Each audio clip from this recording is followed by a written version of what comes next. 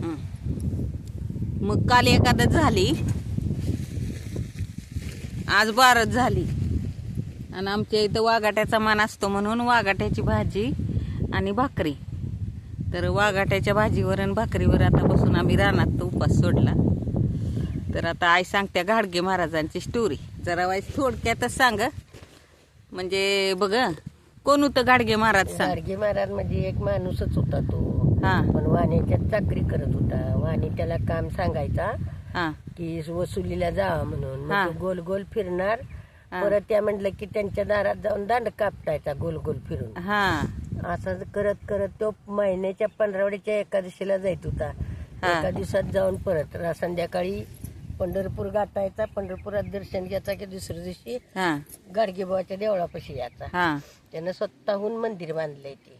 हा आणि नंतर समाधी घेतली आहे. हा म्हणजे चाकरी राहून विठ्ठलाचं मंदिर वाण्याच्या वाड्यात विठ्ठलाचं आधी मंदिर बांधलं आणि त्यांच्यात चाकरे होते गाडगे महाराज. आणि त्याच्यानंतर मग ते विठ्ठलाचे भक्त होते. मग त्यांना जसं विठ्ठलाची भक्तीचा नाद लागला तसं तसं त्यांनी त्यांच्यासाठी विठ्ठल आला कोळ्यात. आणि मग काय काय अशा त्यांनी पण थोड्या थोड्या म्हणजे काय काय अशा चमत्कारिक लीला असतात ना, जसे स्वामी समर्थांच्या वगैरे ऐकतो तशा आई सांगत होती का, म्हणजे आता सांगते कधी कधी. पंक्तीत काल पण तोटा आलं तर ते पाण्याच्या घागरी आणायचा भरून हा आणि झाकून ठेवायचा. हा म्हणायचा महाराज तूप तोटा आलंय, मी कुठनं आणू. हा मग ते तुपाचं पाण्याचं तूप होत होतं. हा म्हणजे इतकं महत्व तेच होतं. पण आता ही लोक ऐकत नाही ती, त्याच्यापासून जरा कमी झाले. पण भक्ती मार्ग जास्त वाढलाय. आता भक्ती मार्ग आत्ता वाढला परत आणि एकदा. मग आंबवड्याची आण्याची माणसं याची झाली तर मग पहिली वाटखरची कायला याच्या, मग ते कायलावाले पैसे घ्यायची. मग ते काय म्हणले,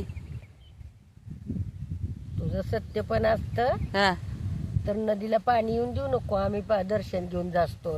हा मग आषाढी एकादश झाल्याशिवाय त्या नदीला पाण्याचा पूर येतच नाही. हा म्हणजे आषाढी एकादशी होस्तोर नदीला पाण्याचा पूर पण येत नाही. आणि मग त्यांच्या बरोबर अजून एक कोण होतं, कुशाबुवा नाही का. कुशाबुवा. हा कुशाबा, हा कुशाबावा गाडगे बुवांचा मित्र होता.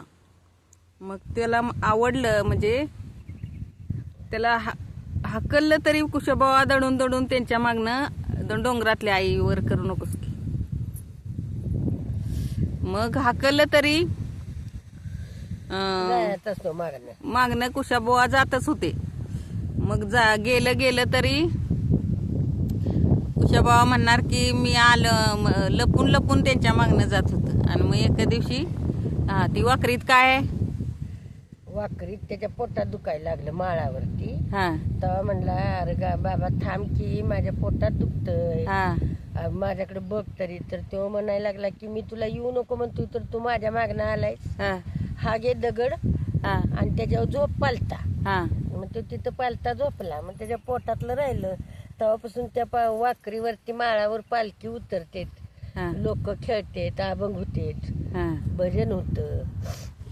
आणि मग आता ही तुला कसं म्हणजे आईला आमचं वडील सांगायचं ना. हा वडील लहान असताना त्यांच्या देखत त्यावेळेला म्हणजे 250 वर्षापूर्वी, म्हणजे वडील आता ही जे जवळजवळ आता आईचं जवळजवळ 70-80 वर्षाची झाली.